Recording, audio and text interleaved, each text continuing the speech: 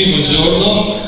benvenuti a Vicenza, benvenuti a Villa Verbarare in Adi. Devo farvi i complimenti perché siete di una puntualità eccezionale, complimenti veramente di cuore, specialmente alle 80 persone che vengono dal tempio che questa mattina sono alzati presto.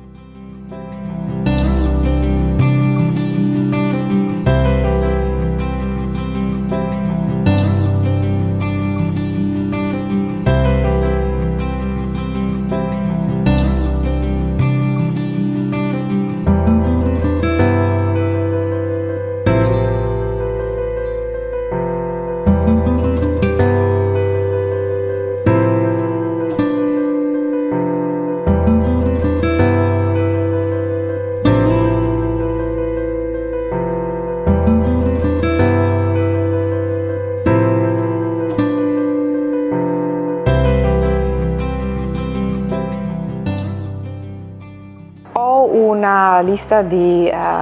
fonti selezionate preferenziali che sono alcuni giornali online italiani e alcune fonti estere, tra cui le fonti ufficiali come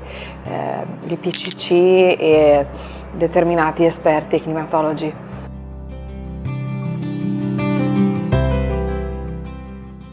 Allora, io troverei positivo che esistesse, che si formasse, non so ancora bene in base a quale meccanismo, una figura intermedia tra il catalizzatore, che potrebbe essere una Greta Thunberg, e l'esperto. Quindi qualcuno che unisca entrambe le professionalità e anche l'impatto di uno scienziato, di un divulgatore, di una persona che comunque attira l'attenzione.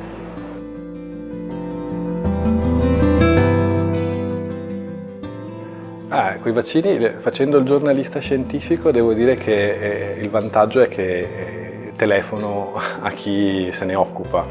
o perché fa di mestiere, si occupa di vaccini, oppure perché sono colleghi che sono molto specializzati sul tema della salute e quindi uso loro come fonti privilegiate, oppure li vado a cercare dove scrivono di solito.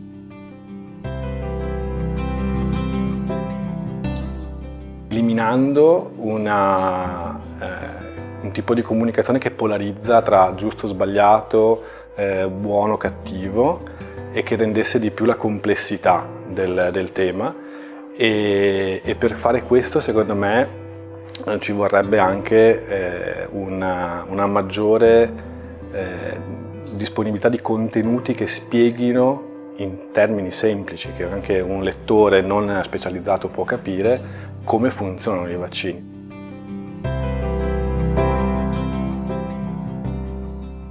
Diciamo che sono simili agli altri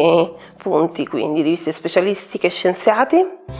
e anche confrontandomi con i colleghi, perché è un argomento abbastanza sensibile, è un argomento abbastanza poco conosciuto nei dettagli.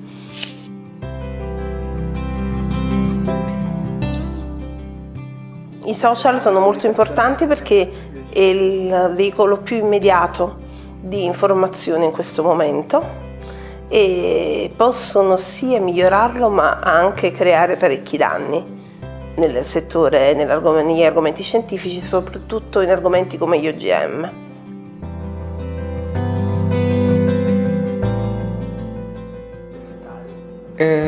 Per quanto riguarda le medicine alternative, è un mondo che mi ha sempre affascinato, ma che, come possiamo dire, mi sono sempre dimenticato di approfondire. Quindi mi trovo un po' impreparato riguardo la medicina alternativa, anche se devo dire che appunto è affascinante, nonché appunto ha alcune potenzialità.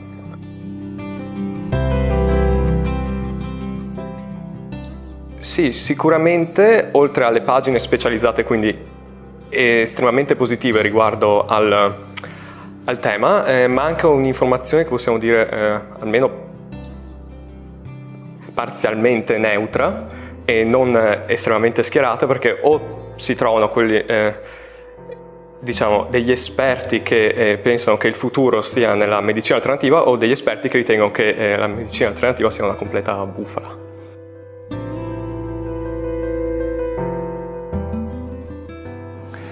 Beh, la prima cosa più difficile è stato trovare persone molto diverse per età, per genere e per livello culturale, perché le persone che vengono da ogni parte d'Italia, secondo noi, dovevano essere molto diverse.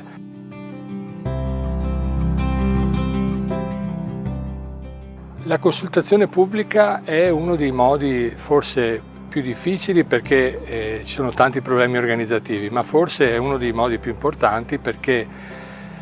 è possibile raccogliere il punto di vista delle persone e diversi punti di vista. Dato che parliamo di argomenti molto impegnativi, molto complessi, riuscire a cogliere il punto di vista di cittadini, di cittadine molto diverse tra loro, ci aiuta a capire meglio come potrebbe essere l'informazione scientifica, quali sono i problemi, quali sono i limiti e le potenzialità.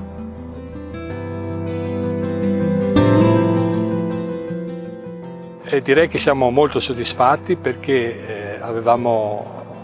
pensato di coinvolgere persone di tutta Italia e ci siamo riusciti. È stato un lavoro lungo, abbiamo iniziato in maggio di quest'anno e abbiamo visto le persone molto contente, soprattutto contente di mettere in comune i loro punti di vista e anche in maniera costruttiva, rispettando anche opinioni molto diverse, perché chiaramente su questi temi come il cambiamento climatico o le biotecnologie o i vaccini ci sono posizioni che a volte sono proprio contrastanti. In generale mi sembra che sia stato apprezzato il fatto che la Commissione europea con un progetto del genere coinvolge, dà la voce ai cittadini e quindi permette loro di esprimere le loro opinioni liberamente e probabilmente anche queste opinioni serviranno per migliorare le politiche di comunicazione.